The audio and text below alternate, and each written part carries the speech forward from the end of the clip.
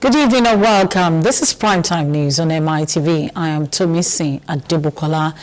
In the news tonight, INEC is to publish final list of presidential candidates on the 20th of September. An EFCC arrest of the Assembly Speaker Oluomo. In foreign news, United Nations inspect Russia-held nuclear plant in Ukraine. And talking sports stories, Chelsea agreed deal for Pierre-Emerick Aubameyang. And now the news in detail. Ahead of the 2023 general elections, the Independent National Electoral Commission (INEC) has disclosed the date for the release of the final list of presidential and governorship candidates. INEC Chairman Professor Mahmood Yakubu released the dates on Thursday during a meeting organized by the Center for Democracy and Development in Abuja with the theme Conducting Nigeria's 2023 Elections in Volatile Security Environment. Professor Yakubu gave the breakdown of activities leading up to the conduct of the 2023 elections, noting that while the final list of presidential candidates will be out on the 20th of September, the governorship hopefuls will be released on the 4th of October. The INEC boss asked political parties and their candidates to focus on issue-based campaign, while he further explained that the Commission is collaborating with security agencies to ensure a peaceful election. The Economic and Financial Crimes Commission, EFCC, has arrested the Speaker of the Ogun State House of Assembly, Olakunle Oluomo. He was arrested around 9 a.m. on Thursday at the Murtala Muhammad International Airport, Lagos. The leadership of the commission has kept mum over the arrest, but they are expected to issue a statement shortly. The commission admitted the Ogun State Speaker had been invited by the EFCC several times, but failed to honor the invitations. Oluomo had been taken to the EFCC Lagos office for further questioning. Meanwhile, the Ogun State House of Assembly has remained calm after the arrest of the Speaker by anti-graft operatives.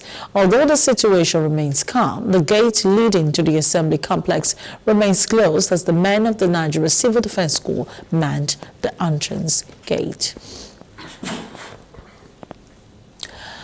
The Nigeria Tobacco Control Alliance (NTCA) has urged the federal government to, as a matter of urgency, operationalize the Tobacco Control Fund in the interest of Nigerians and their safety. The alliance decried a needless decay in operationalizing the Tobacco Control Fund. The group made the call at a briefing today in Abuja with the theme "Delay is Dangerous. Operationalize Tobacco Control Fund now."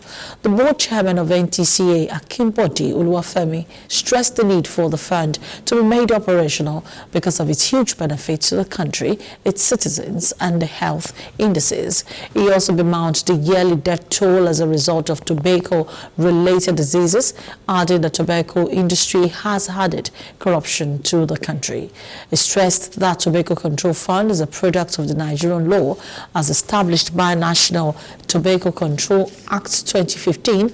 Chibuke Nwokorie, the project officer of Nigeria Tobacco Control Alliance (NTCA), expressed concern on why the delay lasted this long. Other stakeholders also mentioned Nigeria can generate billions annually by increasing the excise duties on tobacco as recommended by the World Health Organization. The Ministry of Health, the Central Bank or the Federal Inland Revenue, Ministry of Finance, all agencies that are concerned in ensuring that this fund becomes active, is operationalized, needs to take this as a national emergency because over 16,000 Nigerians are dying every year as a result of smoking. Smoking is being linked even to the various challenges, most importantly the security challenges that we are currently facing in our country today.